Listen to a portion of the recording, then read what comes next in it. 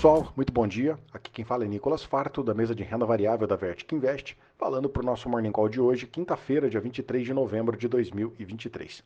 E bem, o mercado opera com viés positivo hoje, em dia de feriado de ação de graças lá nos Estados Unidos, feriado no Japão também, e antes da publicação da ata da última reunião de juros do Banco Central Europeu.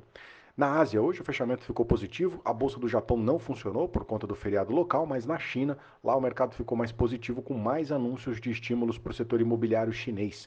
Na Europa, os investidores estão aguardando a publicação da ata da última reunião de política monetária, que deve dar mais detalhes sobre a visão do Banco Central sobre os próximos movimentos de juros no bloco europeu. Ainda na Europa, os investidores também estão refletindo nos PMIs, que devem ajudar a entender como é que está o ritmo de atividade econômica, o que, claro, acaba impactando nas próximas decisões de juros pelo Banco Central da Europa. Ontem nos Estados Unidos a sessão fechou positiva antes do feriado de ação de graças hoje, lá em Nova York. Ontem o Dow Jones subiu 0,53, S&P subiu 0,41 e Nasdaq fechou com alta de 0,46%. Na agenda, os pedidos de seguro-desemprego semanal vieram abaixo do esperado, mas as encomendas de bens duráveis também caíram, o que manteve o cenário de manutenção nas taxas de juros americanas nas próximas reuniões. No relatório de sentimento do consumidor da Universidade de Michigan, a expectativa é de queda para a inflação, o que ajuda na expectativa de que a taxa de juros possa começar a cair a partir do ano que vem. Nas ações, destaque para a Nvidia, que publicou balanço anteontem com números melhores do que o esperado, mas as ações caíram, dado que a empresa sinalizou preocupações com a proibição de vendas de alguns produtos para o mercado chinês. Ainda no mercado de ações, a contratação do CEO da OpenAI pela Microsoft, que tinha sido anunciada nessa semana, foi cancelada. O executivo deve voltar a comandar a empresa dona do ChatGPT. Bom, e com o feriado de ação de graças por lá, a liquidez deve ficar reduzida em todos os mercados mundiais. Vamos atualizar aqui os índices agora. S&P Futuros subindo um pouco, alta de 0,07, Eurostock 600 no 0 a 0, FTSE de Londres caindo 0,10%.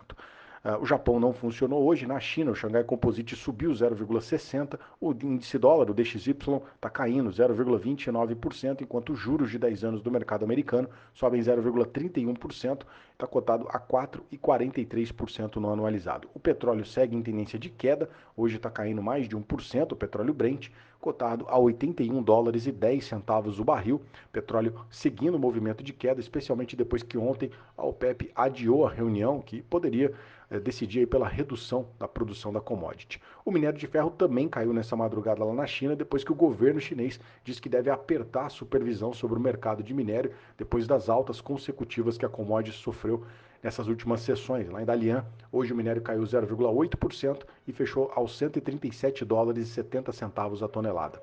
Aqui no Brasil, ontem o Ibovespa fechou com uma leve alta de 0,33% e terminou o dia nos 126.035 pontos.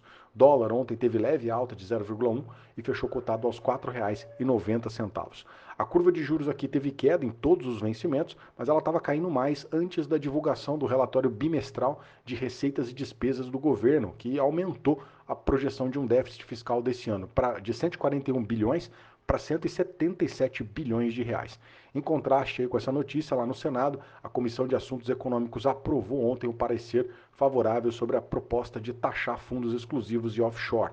Na sequência, a comissão também aprovou o projeto que deve regulamentar as apostas esportivas. Essas duas matérias agora devem ser apreciadas pelo plenário do Senado. Nas ações, destaque positivo para a Marfrig, que ontem subiu mais de 5,5% depois que a companhia anunciou um plano de recompra de até 31 milhões de ações e também com o relatório do Bank of America, que elevou a recomendação para compra para o papel da companhia. Do lado negativo, destaque para a queda de CEMIG, que caiu ontem quase 10% depois que começou a circular notícias de que o governo de Minas Gerais estaria estudando passar a empresa para o controle federal como uma forma de pagamento da dívida de 160 bilhões de reais do Estado com a União.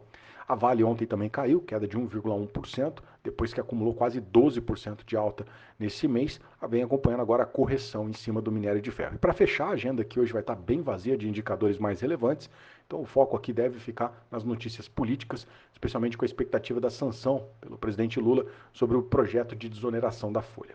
Bom, esses são os destaques para hoje. Eu agradeço a sua companhia e te desejo um excelente dia, um grande abraço, valeu e até amanhã.